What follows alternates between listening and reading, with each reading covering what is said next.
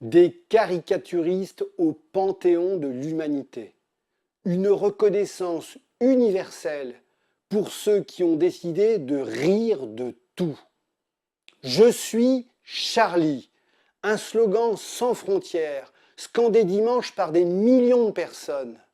Comment les créateurs de Charlie Hebdo auraient pu imaginer que leur journal satirique créé en 1970, il y a presque 50 ans, deviendrait un jour l'emblème universel de la liberté d'expression.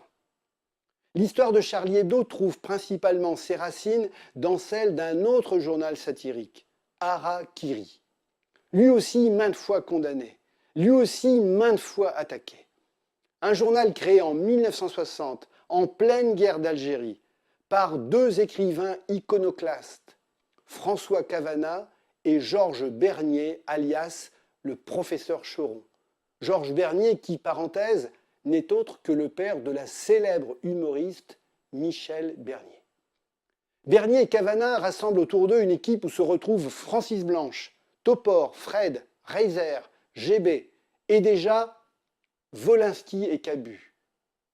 Tragiquement abattus ce mercredi 7 janvier 2015 par les frères Kouachi dans les locaux de Charlie Hebdo à Paris.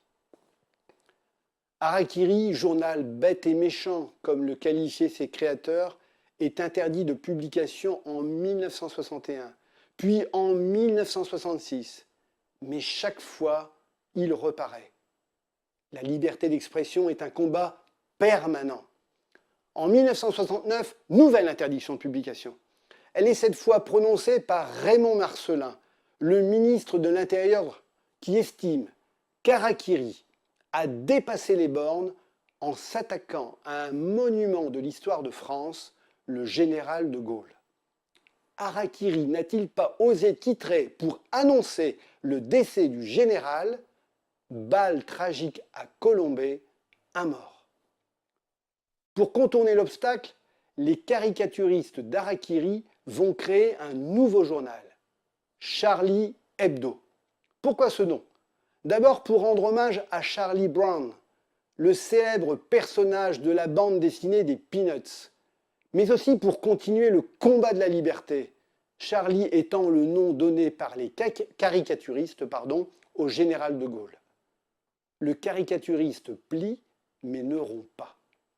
Charlie Hebdo paraîtra sans interruption durant 11 ans, avant de disparaître des kiosques en 1981, faute de lecteurs. Déjà, il faudra attendre 1992 pour le voir réapparaître grâce à l'action conjuguée de Renaud, Cabu, Val et GB, avec au menu de nouveaux dessins, de nouvelles polémiques et de nouvelles épreuves. La publication en 2006 des fameuses caricatures de Mahomet et en 2011, le changement de nom, Charlie Hebdo devenant le temps d'un numéro, Sharia Hebdo, avec comme rédacteur en chef Mahomet. On connaît la suite. Aujourd'hui, pour sauver ce monument de la liberté, qui il y a encore quelques jours luttait encore pour sa survie, une nouvelle fois, faute de lecteurs, 3 millions d'exemplaires de Charlie Hebdo vont être imprimés en 4 langues grâce à la mobilisation de tous les peuples. Oui, nous sommes tous Charlie.